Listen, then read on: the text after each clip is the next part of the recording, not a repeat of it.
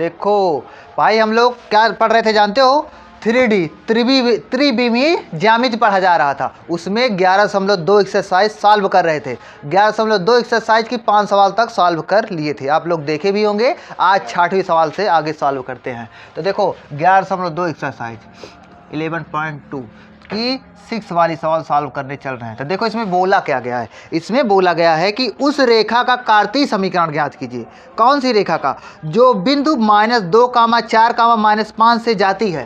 -2, -4, -2, 4, -5 से -5, -2, 4, -5 से होकर जाती है। और x+3, और क्या बोल रहा है? और बोल रहा है कि x+3 अपान में 3, x+3 अपान में 3 इक्वल y-4 अपान में 7 अपान में 5 है भाई। अपान 5 इक्वल क्या है? इक्वल है, तीनों बराबर ही हैं। इक्वल है कि z+8 अपान में 6 क्या है बताओ? इसमें बोला गया कि x+3 अपान में 3 इक्वल y-4 अपान में 5 इक्वल z+8 अपान में 6।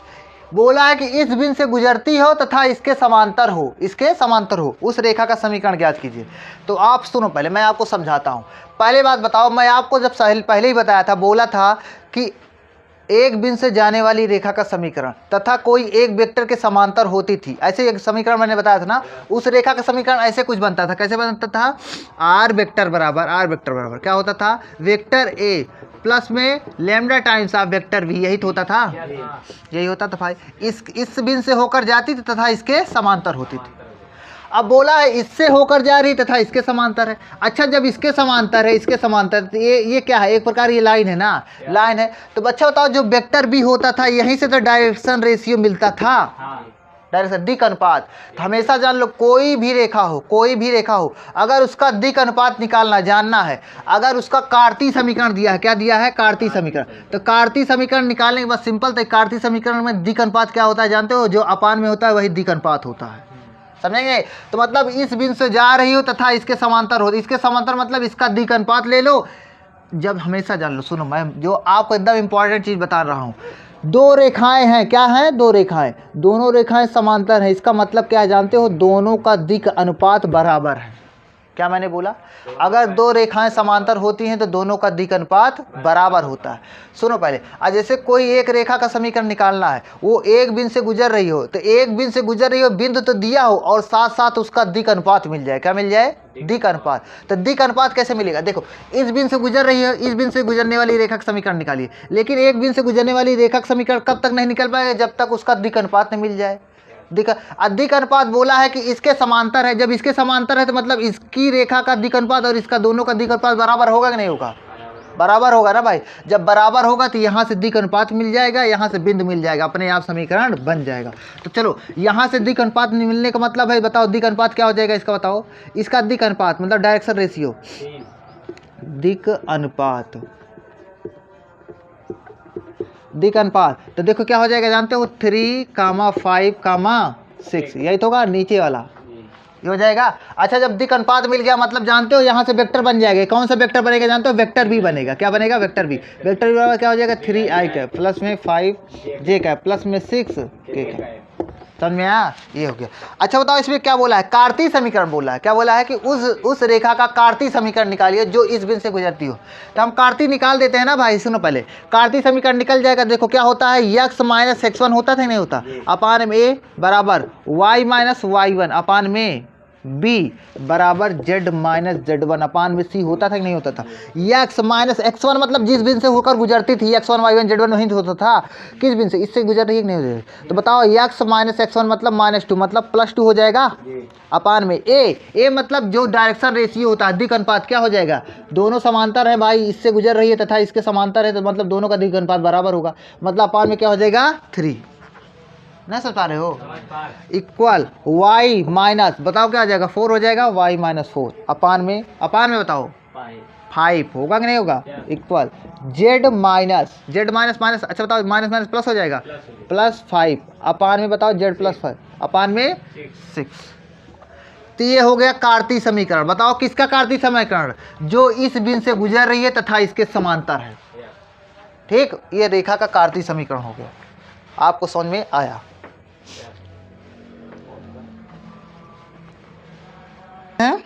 सातवीं सवाल सॉल्व करते हैं। देखो तो सातवीं सवाल में क्या बोला है, एक रेखा का कार्तीय समीकरण ज्ञात कीजिए। देखो भाई ये भी ऐसे ही सवाल है। सातवीं सवाल में देखो क्या बोला है, एक रेखा का कार्तीय समीकरण ज्ञात कीजिए। कार्तीय समीकरण नहीं, सुनो पहले। बोला है कि एक रेखा का कार्तीय समीकरण आपको दिया गया है। क्या दिया गया है, एक रेखा का सातवीं सवाल में क्या बोला है कि एक रेखा का कार्तीय समीकरण आपको ज्ञात है।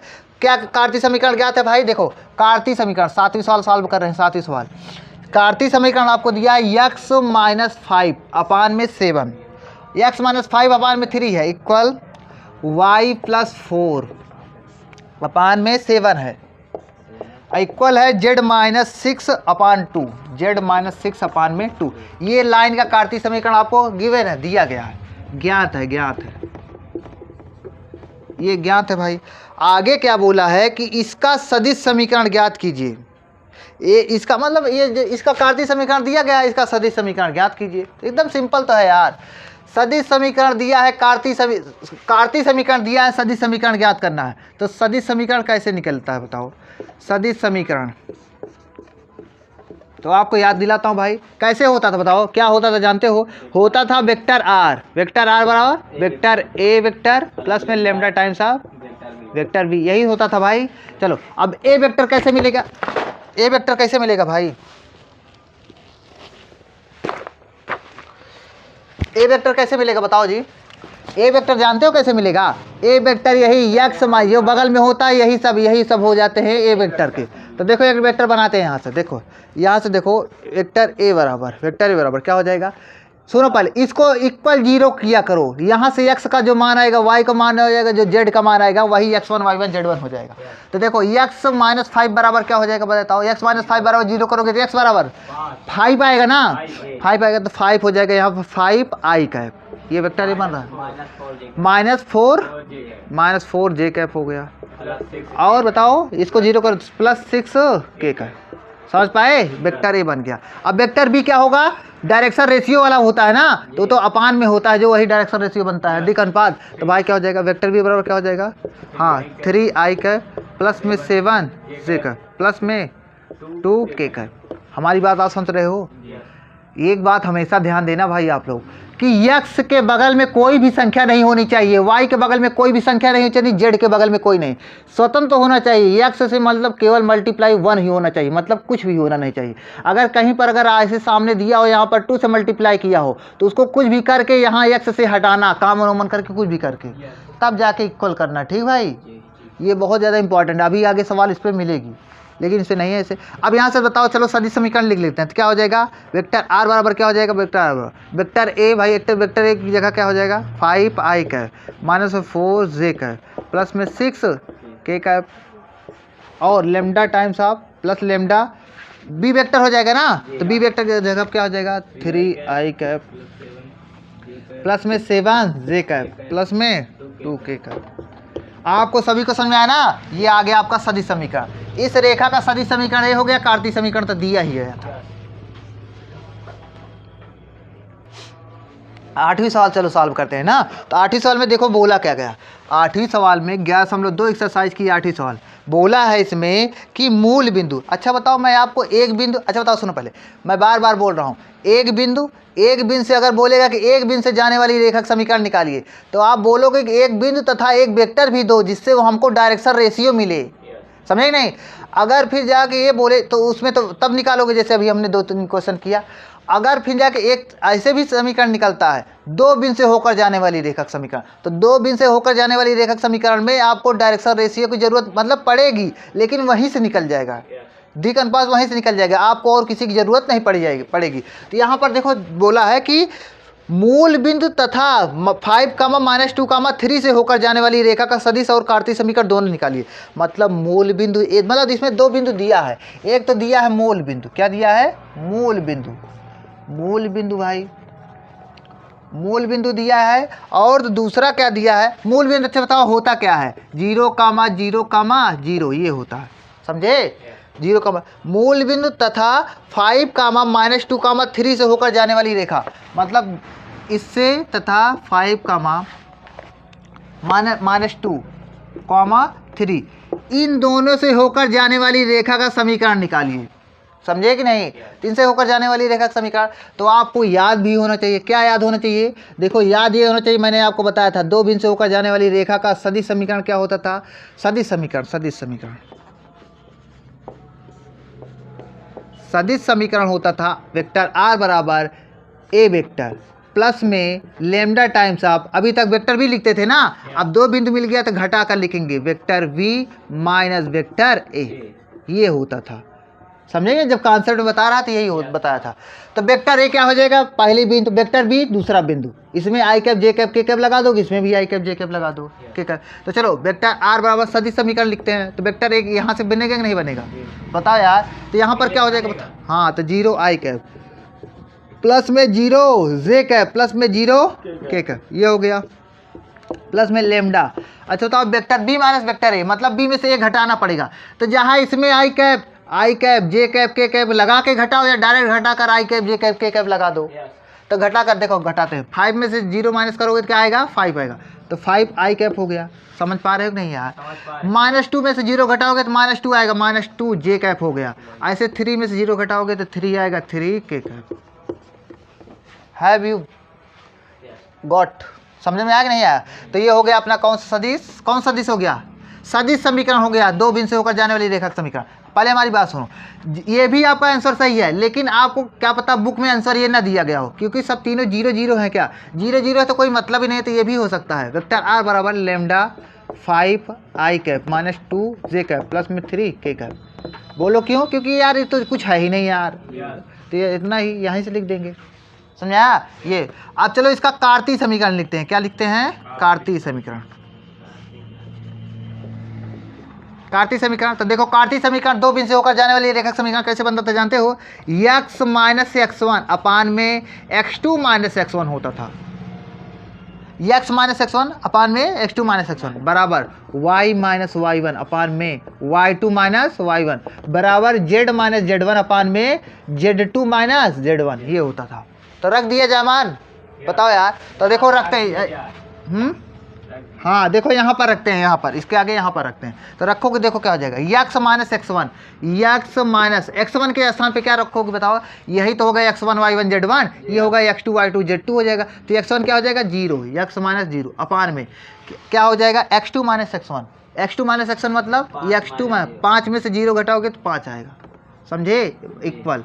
अब y माइनस y1 के स्थान पे, अरे यार ये x1 है, ये y1 है, ये क्या है z1 है, समझ पा रहे हो नहीं। और ये क्या है x2, ये क्या है y2, ये क्या है z2 है, ठीक। तो चलो, तो y माइनस y1 के स्थान पे 0 अपान में y2 माइनस y1, -2 माइनस 0 -2, नहीं समझे। अरे -2 में 0 घटाओ -2 आएगा। अब फिर जाके चलो, अब सुनो पहले, अब मैं क्या बोल रहा हूँ, अब देखो y माइनस y1 अपान में y माइनस y1 अपान में y2 माइनस y1 हो गया। अब चलो z माइनस z1 के स्थान पे क्या हो जाएगा बताओ, z माइनस z पहले लिखो, z माइनस z1 के स्थान पर 0 अपान में बताओ जी, हाँ z2 माइनस z1 3 माइनस 0 मतलब 3, ठीक। ये हो गया आपका आंसर। या 0 सब में 0 से मतलब कुछ होता नहीं, तो ये भी x माइनस 5 x अपान 5 इक्वल y अपान -2 इक्वल z अपान 3, समझे, ठीक है भाई। देखो भाई सुनो पहले, कौन सा वाला बताने है जानते हो, 9वीं सवाल। तो देखो 9वीं सवाल में क्या बोला है, बिंदुओं 3, -2, -5, सब सिंपल है यार। देखो 9वीं सवाल क्या बोला है, बिंदुओं 3, -2, 3, -2, -5